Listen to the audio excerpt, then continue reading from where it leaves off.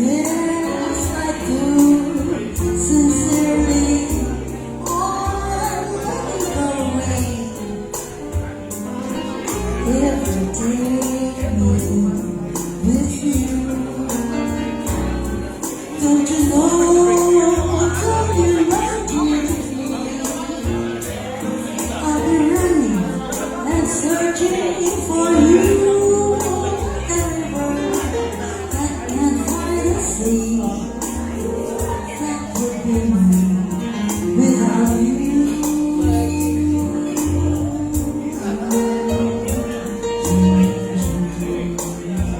Eva, So, when do you fly back to Hong Kong? Wednesday. Wednesday.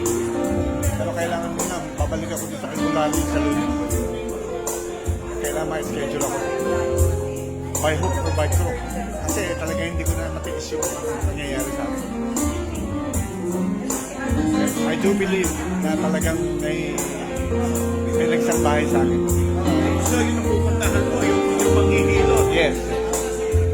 Saan ba yun Together, some ladies and gentlemen. Manibay, Pasay.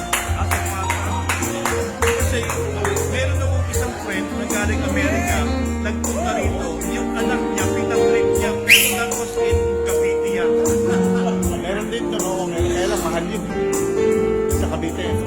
Naninigil daw yun, 5,000. Umaga sa dumating na service at sinakapunan. Oo. Tama. Si, ano yun? Si Captain Bantugan yan tayo. Famous yun, very famous yun. So yun naman, dito na sa... Oh, yung sa akin, ang tawag sa kanya midnight healer. Pero hindi siya naniningil. Donation lang. Pila din. Yan sa iyo kasi pagkapamaya kailangan na yung mahilot din, bakit mahilot din. Oo. Kapatid pa natin ganyan. Oo. Kunting pila hindi naman na. Yes. Okay, sabihin, yan minsan binabalik-balikan yan. Oo nga, oo. Yun ang problema. Ang English ng hilot is osteopathy. Osteopathy, yeah. Nagkaganyan din ako sa Hong Kong. But then, it's costly. It's costly in Hong Kong. Pero dito siyempre, mga hilot lang. Mura lang dito sa atin. No. Well, anyway, ang Hong Kong at Manila, alam ko maraming trips siya na talagang medyo lawag ito.